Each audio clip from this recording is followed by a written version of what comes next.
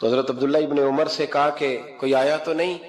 عرض کی حضور حسین ابن علی آئے، حسین ابن علی۔ تو کہا اندر کیوں نہیں بھیجا؟ کہا میں نے کہا تھا بے شک چلے جائیں، لیکن وہ کہہ رہے تھے کہ میں ظہر کے وقت مسجد میں مل لوں گا۔ تو سیدنا عمر فاروق فرمانے لگے عبداللہ تجھے تیری ماں روئے، حسین کو کیوں واپس بھیجا؟ پھر عمر، دنیا داروں کے سامنے ڈٹنا، کھڑا ہونا عمر پہ ختم ہے، لیکن جو اندر کی بات ہے نا، روح کی، جو عقیدت کی بات ہے، جو وفا کا رشتہ ہے، اس کو کون سمجھے؟ یہ جو روح کی مجبوریاں ہیں، یہ جو وفا کی مجبوریاں ہیں، اسے لوگ کیا سمجھیں؟ انہیں کیا پتا کہ مرشد کے بیٹے کے پیر چومنے میں حسن کیا ہوتا ہے؟ انہیں کیا پتا کہ جب استاد کا بیٹا گھر میں آتا ہے تو دل کرتا ہے مکان بیچ کے اسے دے دیں، اس کے باپ کی نیکیاں بڑی ہیں۔ جناب عمر فاروق دوڑے گئے، امام حسین کے دروازے پہ دستک دی، امام حسین باہر رکھا، شہزادے یار ملنے آئے تھے، بغیر ملے کیوں آ گئے؟ عرض کی کہ آپ مصروف تھے، آپ کے اپنے بیٹے بھی دروازے پہ کھڑے تھے، تو میں واپس آ گیا۔ امام حسین کہتے عمر جذبات میں آ گئے، سر سے پگڑی گر گئی، کہنے لگے حسین میرے بیٹے کا اور حسین کا کیا مقابلہ؟ کیا اس کی ماں کا نام فاطمہ الزہرا ہے؟ کیا اس کی نانی کا نام خدیجہ الکبریٰ ہے؟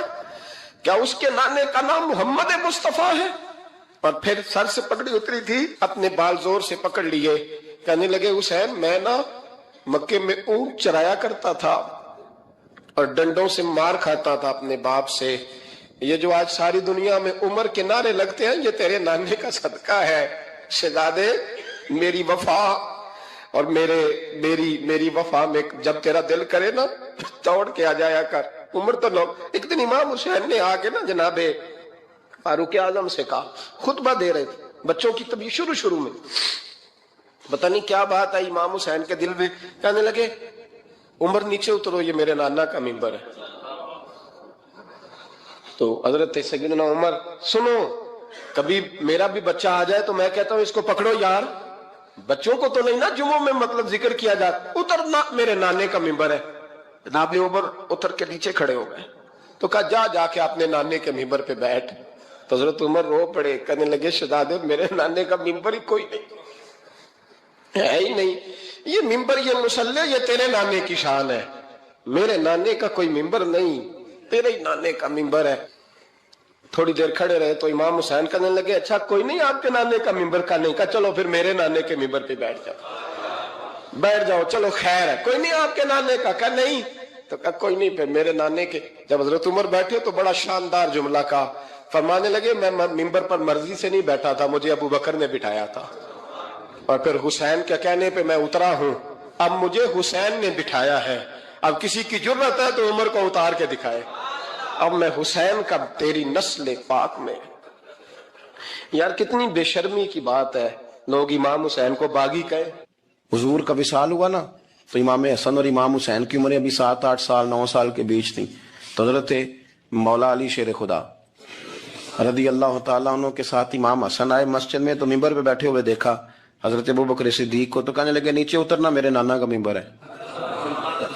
بچوں کو بڑی پہچان ہوتی ہے نا ابا کے کپڑوں کی، سے پتا ہوتا ہے کہ یہ میرے نانا کا ہے، یہ میرے نیچے اترو یہ ممبر میرے نانا کا ہے۔ تو حضرت علی المرتضیٰ نے جلدی سے پکڑا اور پکڑ کے فرمایا ذرا حسین حسن یہ کیا کہہ رہے ہو؟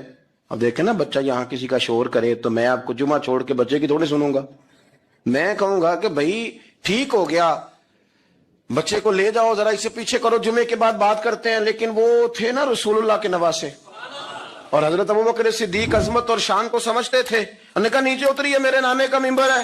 تو حضرت صدیق ایک بار نیچے اتر کے کھڑے ہو گئے۔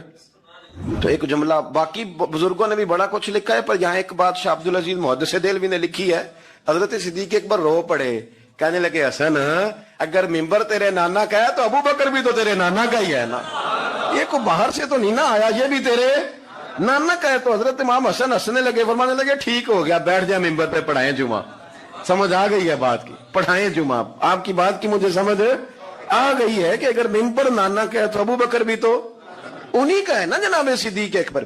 کہ نبی پاک علیہ السلام تشریف فرما ہیں، حضور کے صحابہ کی ایک جماعت بارگاہ میں بیٹھی ہے، حضرت صدیق اکبر بھی حضور کے بالکل قریب بیٹھے ہیں، وہ آج بھی حضور کے قریب ہی ہیں، قریب بیٹھے ہیں۔ تو اچانک نہ محفل میں حضرت مولا علی شیر خدا تشریف لے آئے۔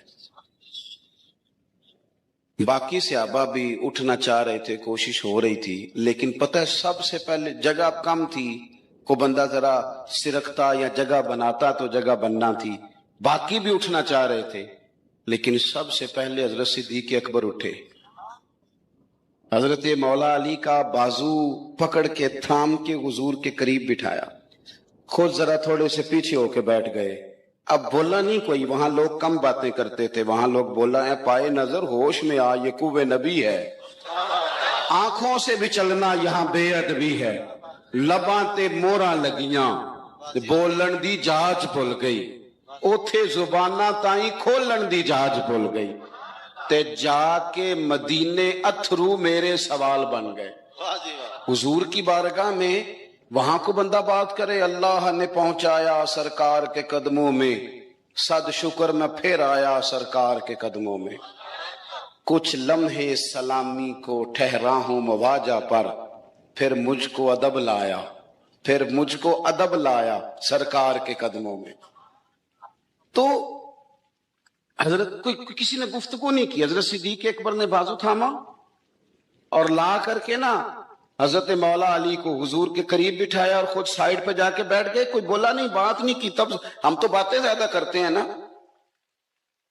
جا کے سائیڈ پہ بیٹھ گئے، اور کسی نے کیا تبصرہ کرنا تھا، نہ کسی کی جرت تھی، نہ کوئی کرنا چاہتا تھا، نہ کر سکتا تھا۔ تھوڑی دیر خاموشی رہی، پھر میرے کریم بولے اور حضور بول کے فرمانے لگے، دیکھا تم نے ابو بکر نے کیا کیا ہے؟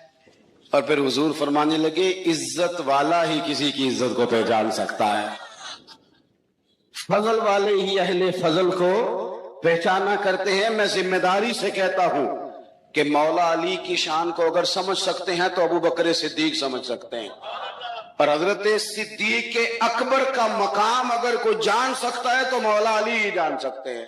آج ہم ذکر کر رہے ہیں نا امام حسین کا، امام حسین رضی اللہ تعالیٰ عنہ، میرے جیسے بندے کی تو زبان نہیں اس قابل نہیں کہ ان کا نام لے سکے۔ کہاں سیدنا امام حسن اور کہاں سیدنا امام حسین اور کہاں ہم لوگ، ہماری حیثیت ہے، ہم تو یہ تو وہ لوگ ہیں جن کا نام ذریعہ نجات ہے، جن کا تذکرہ ذریعہ نجات ہے، یہ سارے اسی دریائے محبت کی نہریں ہیں جس کو مدینے والے محبوب نے اپنے دستے مبارک سے چلایا ہے۔ حضرت امام حسین رضی اللہ تعالیٰ عنہ یہ حضور کی اولاد پاک ہیں، پیروں کو نا تھوڑی مٹی لگ گئی، عمر جوانی کی تھی، داڑھی مبارک ساری سیاہ تھی، کالی تھی۔ حضرت ابو ہریرہ ان سے سالوں بڑے تھے، امیر المومنین فی الحدیث۔ حضرت ابو ہریرہ نے دیکھا کہ امام حسین کے مقدس قدموں کو مٹی لگ گئی۔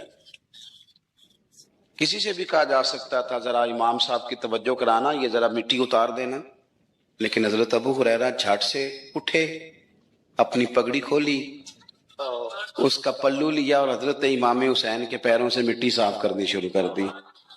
کیوں کہ اہل فضل ہی کسی کی فضیلت کو جان سکتا، عزت والا ہی کسی کو عزت دیتا ہے، جس کے پاس وقار ہو۔ او میرے سنگیو، لوگوں کی باتوں میں نہ آنا، یہ تمہیں الجھا دیں گے، یہ تمہیں تفریق میں ڈال دیں گے، یہ انتشار برپا کریں گے۔